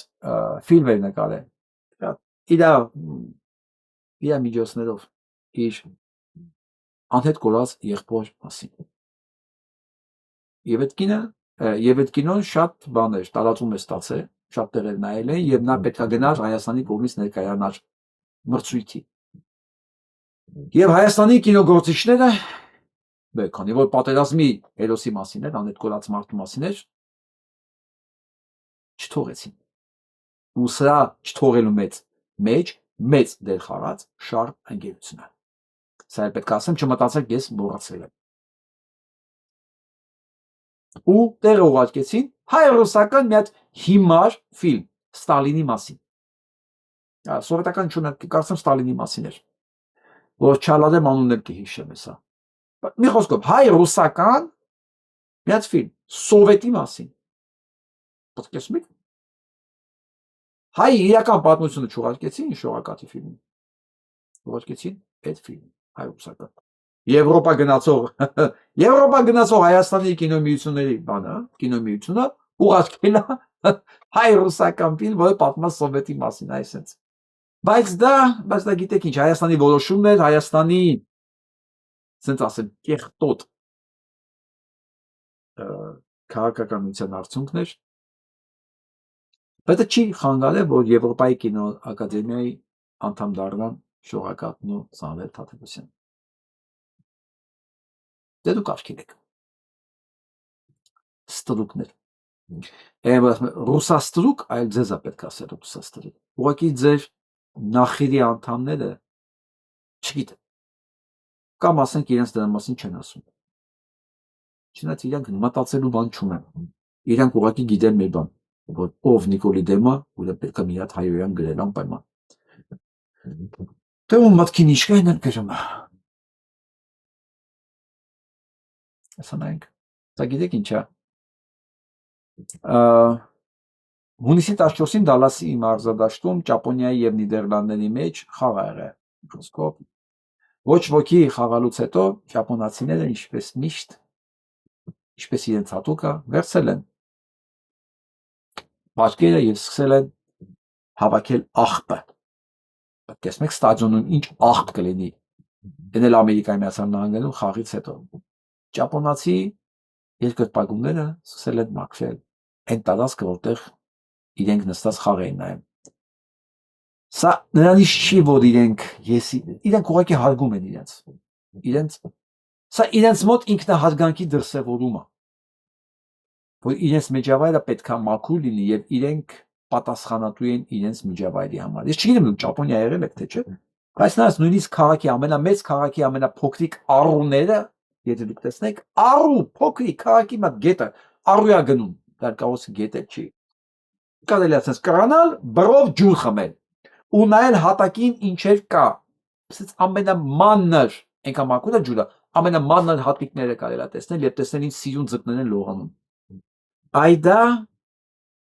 գիտեք ինչ է արդյունքն է, որ մարդը պատասխանատու է զգում իր միջավայրի համար։ Իրաց ոչ մեկը չի ասել արա այդի։ Այն էլ ուրիշ երկրում, չէ։ Մարդիկ ուղղակի դες դաստիարակված են։ Իրենք իրենց միջավայրի համար պատասխանատու են զգում։ Խոզ չեն էլի։ Սանեք։ Մարդը այմասալն եք։ Սա Պրինց Չարլզն է, թագավորը, ինչպես, թագավոր Չարլզն է։ Ինքն է պատկերացնում քայլում է, նայեք։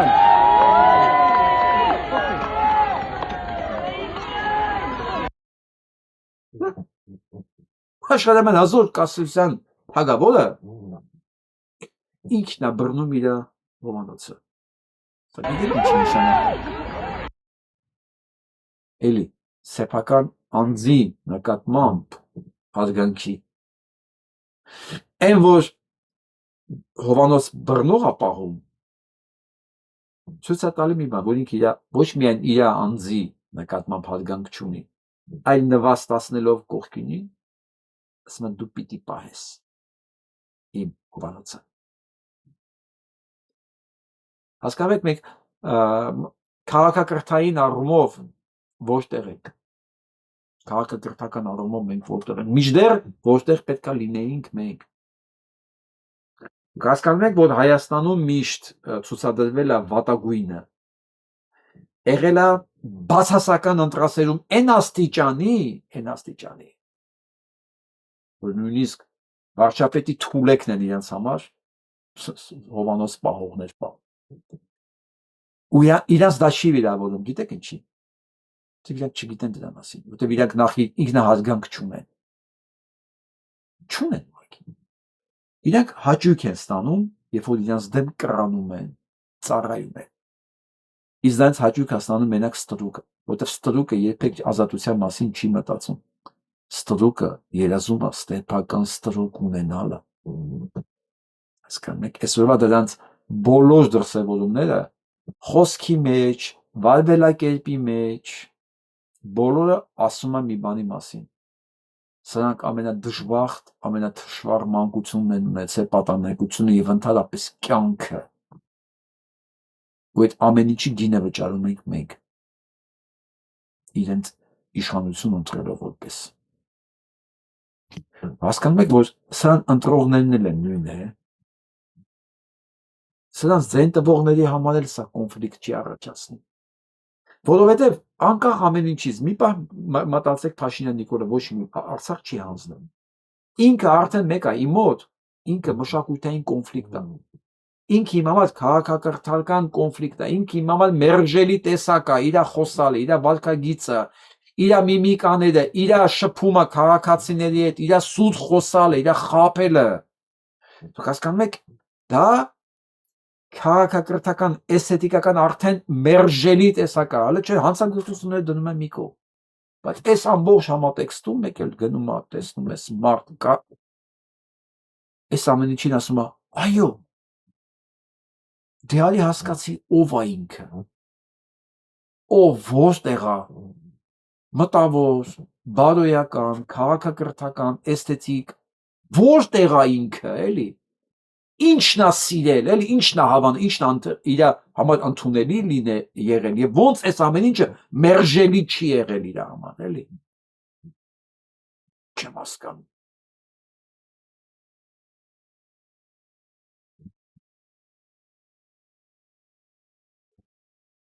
Ծանր վիճակում է Նետանյահուն, որովհետև այն ինչը սպասում է իրեն, ինքը արդեն գիտի, ինչ է սպասում եւ հանելա բոլոր հնարավոր գործիքները, որպեսզի կասեցնի Իրան եւ Ամերիկայի Միացյալ Նահանգների հաշտության պայմանագրի ստորագրումը։ Ավելի ճիշտ ասեմ, process, որովհետև եթե նույնիսկ ինքը կարողանա խափանի ստորագրումը, բայց process-ը ինքը չի կարող խափանել։ Իսկ միջազգային մամուլը գրում է, որ երկիր, որը չուներ ոչ մի միջուկային զենք, ընդհանրապես ինքը միջուկային տերություն չէր, հետա մնաց սանկցիաների տակ, ինքը հաղթեց երկու հատ միջուկային տերության։ Ոչ մի բան չուներ, չէ՞։ Միջուկային տերություն չէր Իրանը։ Միշտ Իրանին առհամարել են, սենց երկրորդական, երրորդական երկիր են նայել, բան չունա, սենց աղբ կողքի վրա գցած։ Ինքը կարողացավ իր հավասարակշռված, տրամաբանված, սկզբունքային ու նաև ասեմ համեստ, առանց ճորոմ խոսքերի, տեղ-տեղ նույնիսկ հումորով ծնկի բերել երկու միջուկային տերությունների, որը մի կողմից պատրաստ է նայեք, ուրեմն ինչա 25 միլիարդ դոլար տալիս է սառացված փողերից, պլյուս 300 միլիարդ դոլար էլ տալու է 300 միլիարդ, որ իբր ներդրումն է, բայց դա ներդրում չի, դա հենց այդ ռազմատուգանքն է, որ ինքը պետք է կոմպենսացնի Իրանի ինֆրաստրուկտուրաներին վնաս տալու հետևանքով։ 25 միլիարդը դա Իրանի փողերն է, որը պետք է վերադարձվի։ 300 միլիարդ էլ ռազմատուգանք Իրանին։ Ու ինձանից ասեմ, արդեն 3 միլիարդ տեղափոխվել է ինքնաթիռով։ Կարծեմ նույնիսկ 2 անգամ 3 միլիարդ տեղափոխվել։ Մեկը հաստատ տեղափոխվել է, այսօր իմացա կարծեմ էլի մի ամբողջ ինքնաթիռ փող բարձած եւս 3 միլիարդ դոլար տեղափոխվել է Էմիրատներից դեպի Թեհրան։ Այսպես է լինում, երբ որ ժողովուրդ ուզում է պայքարի։ Ընդ որում, այս ամեն ինչին հələ Իրանի ժողովրդի մի մասը համաձայն չի։ Չէ, մենք իրավունք չունենք սա ընդունել, մենք պետք է իրանց ծնկի բնենք վերջնականապես։ Բայց ես կարծում եմ, որ ծնկի բերելու է ապայման Իրանը, բայց ոչ Ամերիկային։ Ամերիկան սանով փրկում է ինքը իրան։ Ոչ թե Թրամփը, Ամերիկան։ Իրանք ծնկի կբերեն Իսրայելին, որովհետև սրանք ոչ մի պարագայում չեն ընդունելու դա։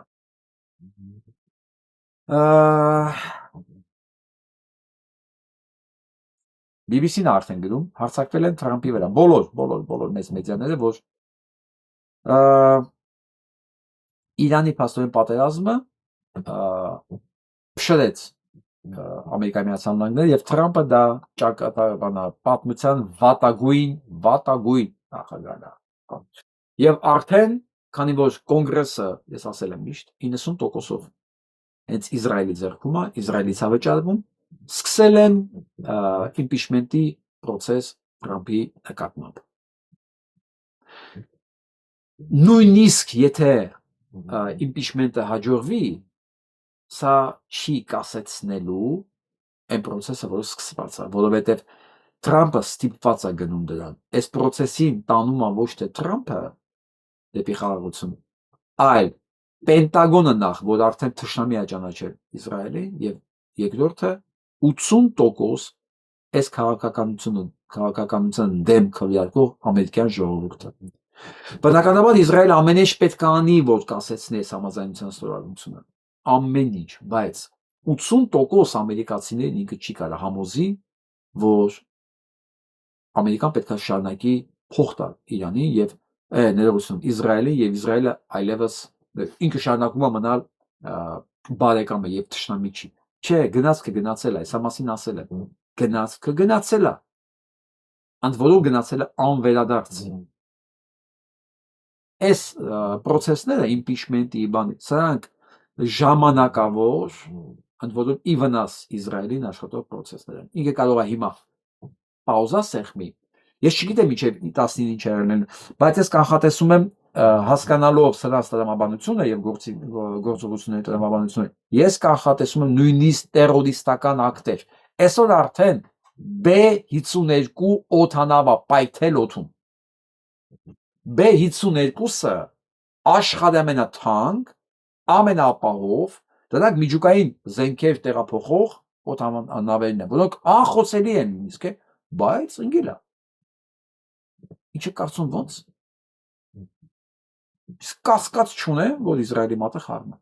Կասկած չունեմ։ Ու սա դեռ սկիզբն է։ Մինչև 19-ը շատ զգուշապետ լինել։ Մանավանդ ովքեր Նյու Յորքի տարածքում են ապրում, Վաշինգտոնում, մեծ քաղաքներում, չգիտեմ, զգուշապետ լինել։ Սրանք մինչև 19-ը չեն հանդուրժի, մի բան անելու են, որ խափանեն այս պայմանագրի ստորագրումը։ Մասնավորապես, քանի որ հիմա Եվրոպայում է գտնվում Թրամփը, Եվրոպայի մեծ քաղաքների բնակիչներն պետք է զգուշ լինեն։ Թրամփը հիմա Եվրոպայում է։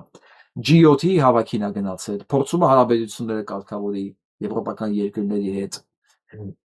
Ուշ է Թրամփի համար, բայց ամերիկյան պետության համար ուշ չի։ Այս ամեն ինչի գինը վճարելու է Թրամփը, որովհետև ինքն է ի վերջո պատասխանատու։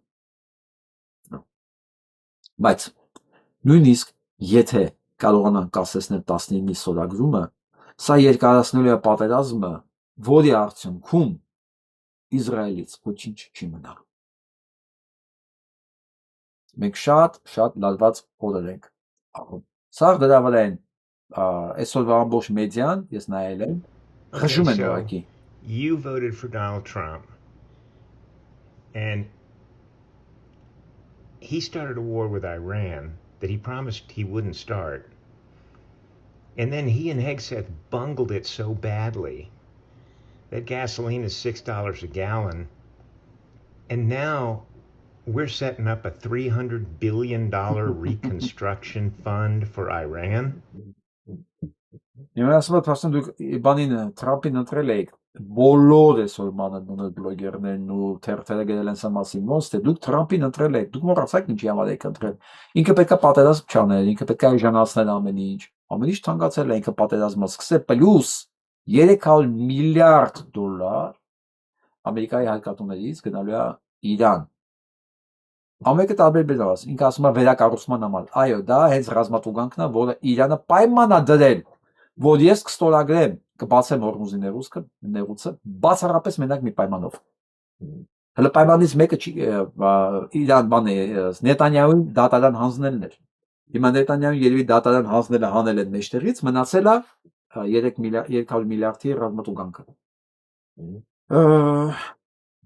Սա ինչով է կարևոր մեր համար մտածել նայենք ես ասեմ։ Չնայած ամեն ինչին Իրանը շարունակում է պնդել, որ հանգարց այս ընթացքում մի հատ պրովոկացիա եղավ, դա Ամերիկայի Միացյալ Նահանգների պատասխանատվության տակ է, որովհետև գիտեն իրանք, որ պրովոկացիա լինելու է, որ Իսրայելը չի թողելու, որ դա իրականանա։ Ու այս ամեն ինչը ինքը դնում է Ամերիկայի Միացյալ Նահանգների վրա։ Ոչ մի քայլ զիջում չեն գնում, ոչ մի քայլ։ Պիտեքստագիներ հիշացնում են, ասում են, մի վայրկյան արա։ Դու ասում ես, բա կոնտրոլի տակ է Հորմուզը։ Բայց դու ո՞նց ես այսօր, եթե կոնտրոլի տակ է քո կոնտրոլի տակ է, դու ո՞նց ես այսօր գնում բանակցելու, որ դա բացվի։ Դիմացնել 300 միլիարդ ես տալիս, Plus 25 միլիարդ Իրանի փողերն ես Աբաս արեցին։ Սա պատասխանը Թրամփի ադմինիստրացիան տալու է։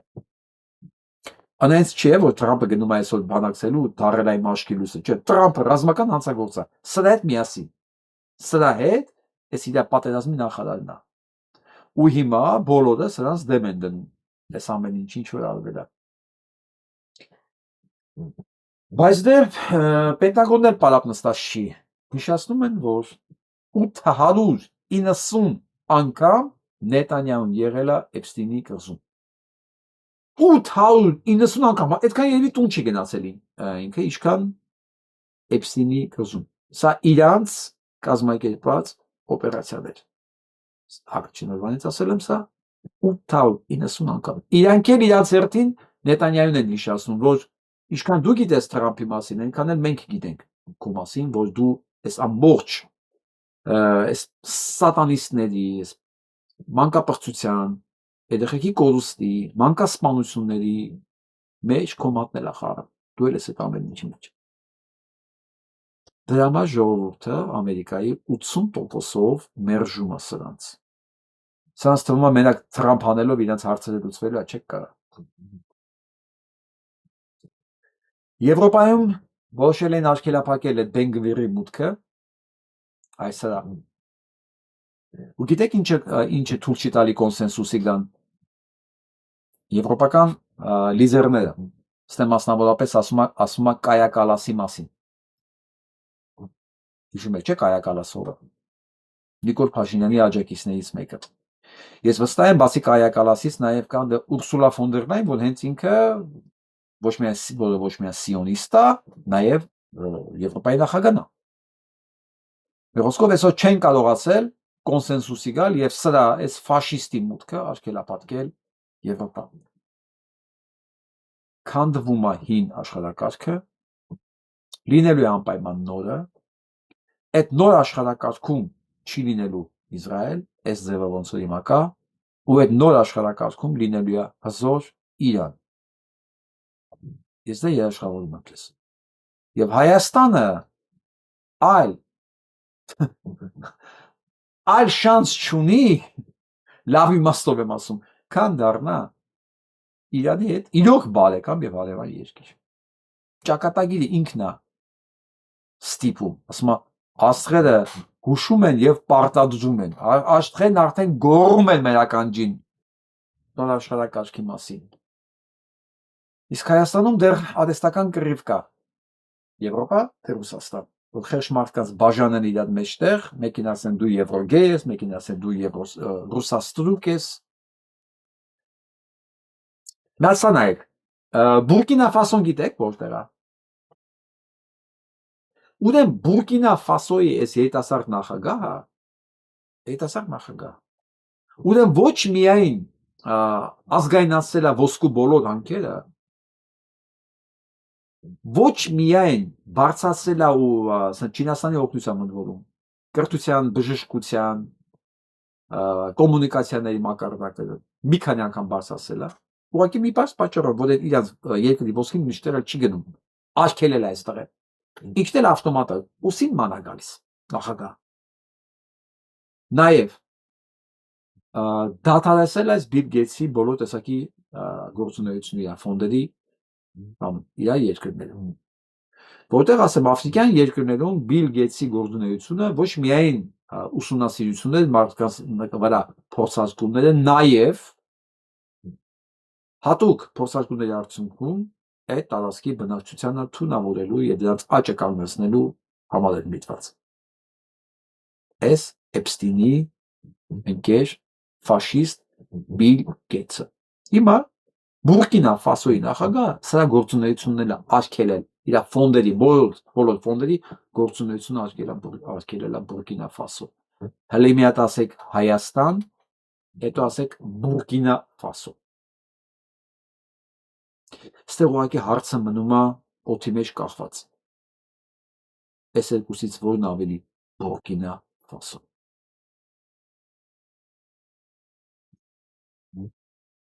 Մենք կարող ենք խոսալ Մաշտոց, Նարեկացի, գնանք միջև Տիգրան մեծ։ Փաստը, հիմա փաստը։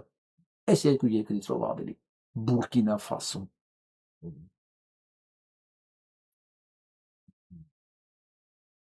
All wars are bankers' wars. These money changers were the progenitors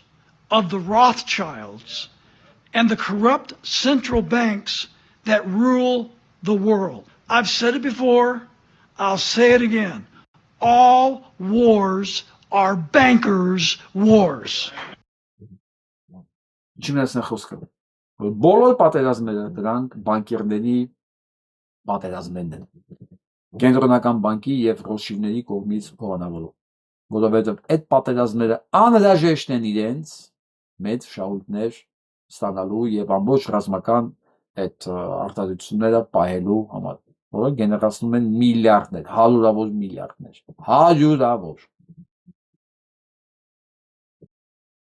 Եվս մեկ պատճառ, թե ինչի պետքա Իրան-Իսրայել պատերազմը շարունակվի։ Եվ ինչի չէ թողի Թրամփը կանգնեցնի այդ պատերազմը։ Այս պատերազմի կանգնեցնելը եւ կանգնեցնելը եւ շարունակելը դա Իսրայելի վախճանն է։ Բայց Նետանյահուի իշխանության պահելու համար, բաց Իսրայելի վրա, պետքա որ պատերազմը շարունակվի։ Գոնե միջև իր ընտրության օրը, որ ինքը գոնե ընտրությունները կարողանա հետաձգի։ Իսկ ինքը դեռ հույս ունի, որ ինքը դեռ ծնկի աբերելու Իրանին։ Ավելի շուտ Իսրայել պետությունը ջնջվի քարտեզի վրայից, քան ինքը կարողանա ծնկի բերել Իրանին։ Ախպուլա մի հատ Ադրբեջաններ ստեղ խառնել են մեջտեղ։ Բայց ասեմ ես ամեն ինչի համար է կարևոր։ Ես որ այսօր ցերեկը մի հատ տեսանյութ տարածեցի, որ ինչ է նշանակում համաձայնություն Թրամփի եւ Իրանի մեջ։ Հորմուզի նեղուցը բացվում է, ապասարեցվում են սանկցիաները, ընդ որում ապասարեցվում են գումարները 25 միլիարդի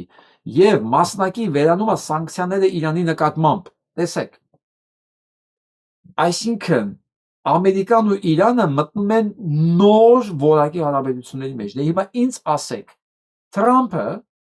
պիտի Իրանին սեղմի տրիպի համար։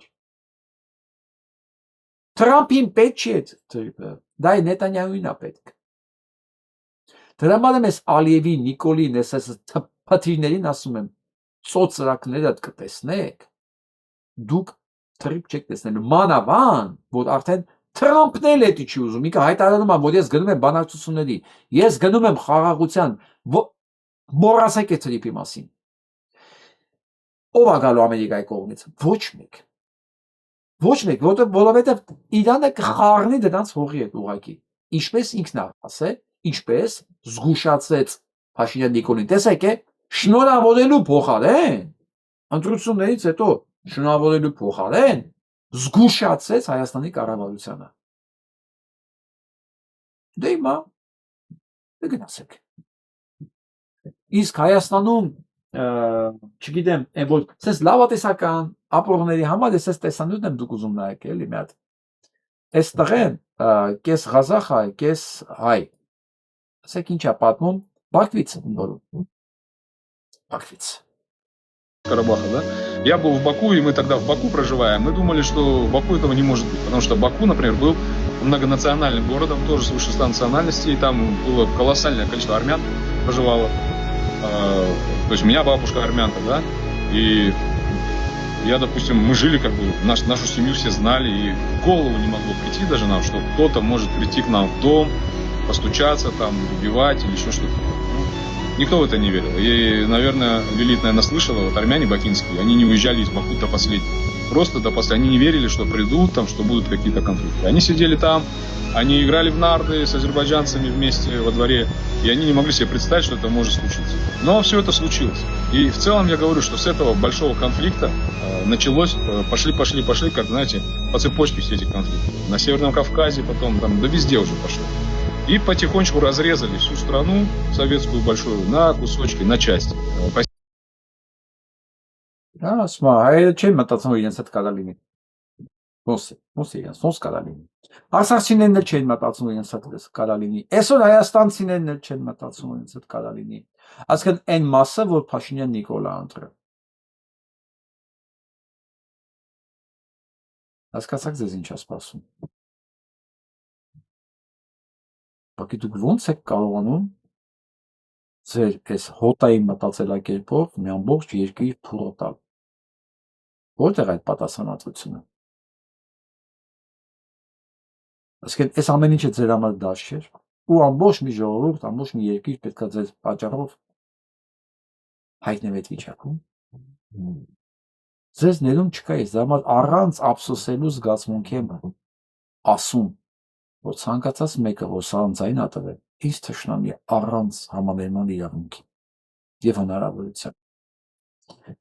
Վերջին ուզում սա լսենք մի հատ։ Վահրամ Փափազյանը կարդաց Պարուսևակի տողերը, նայեց նրա աչքերին ու ասաց. «Դու գիտես, թե ինչ ես արել»։ Երևանի գրողների միության միջանցքում հանդիպում են երիտասարդ բանաստեղծ Պարուսևակն ու տարեց դերասան Վահրամ Փափազյանը։ Դերասանը կանգնեցնում է բանաստեղծին եւ իրեն բնորոշ պաթոսով ու խոր թավ ձայնով սկսում բարձրաձայն արտասանել անլռելի զանգակատուն պոեմի տողերը։ Արտասանելուց հետո նա նայում է Սևակի աչքերին ու ասում. «Պարույր, տղաս, դու գիտես, թե ինչ ես արել։ Դու թանաքով չես գրել այս տողերը, դու սա գրել ես Կոմիտասի հոգու տառապանքով։ Ես Կոմիտասին տեսել եմ Պոլսում, նրա ձայնը լսել եմ, նրա ցավն իմ ներսում է, բայց այնինչ դու ես արել այս գրքով, նրան հավերժություն տալն է»։ Այդ պահին վարպետի աչքերից արցունքներ են հոսում։ Նա, ով բեմի վրա խաղացել էր աշխարհի բոլոր ողբերգությունները, չի կարողանում զսպել հույզերը Սևակի պոեզիայի ուժի առաջ։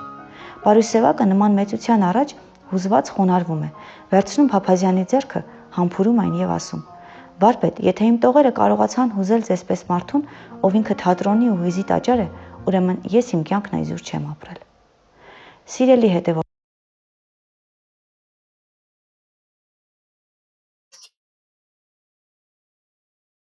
Հավատալս չի գալի, որ իրանք հայ են եղել։ Այսօրվա ստանդարտների մեջ, այս եղածի մեջ հավատալս չի գալի, որ մենք Վահրամ Փափազյան ենք ունեցել ու Պարուսևակ, որ մեկը Կոմիտասին ա տեսել, մեկը անլռելի զանգակատուն ա գրել, նա կարդալով Կոմիտասին ա տեսել այդ անլռելի զանգակատան մեջ, ուզվել ա, մարդ, որ Օթելո էր խաղում առանց ուզվելու, եւ ոչ մի ուզվելու։ Իրանք էլ են հայ եղել։ Պատկերացնում եք, մետնայք, այս երկու հերոսներն էլ էին հայ, մենք էլ ենք այսօր հայ։ Ու ԿՊ-ականներն են հայ։ Ու իրանց ընտրողներն էլ են հայ։ Ստեղ են ասում, հայ, հա, ինչ էիք, ինչ դարձանք։ Ես չեմ պատրաստվում հանդուրժել սա։ Ես իմ բոլոր հնարավոր միջոցներով կռիվ եմ տալու սա դեմ, որովհետև իմ ստանդարտները իրանք են, Փափազյանն ա, Սևակն ա,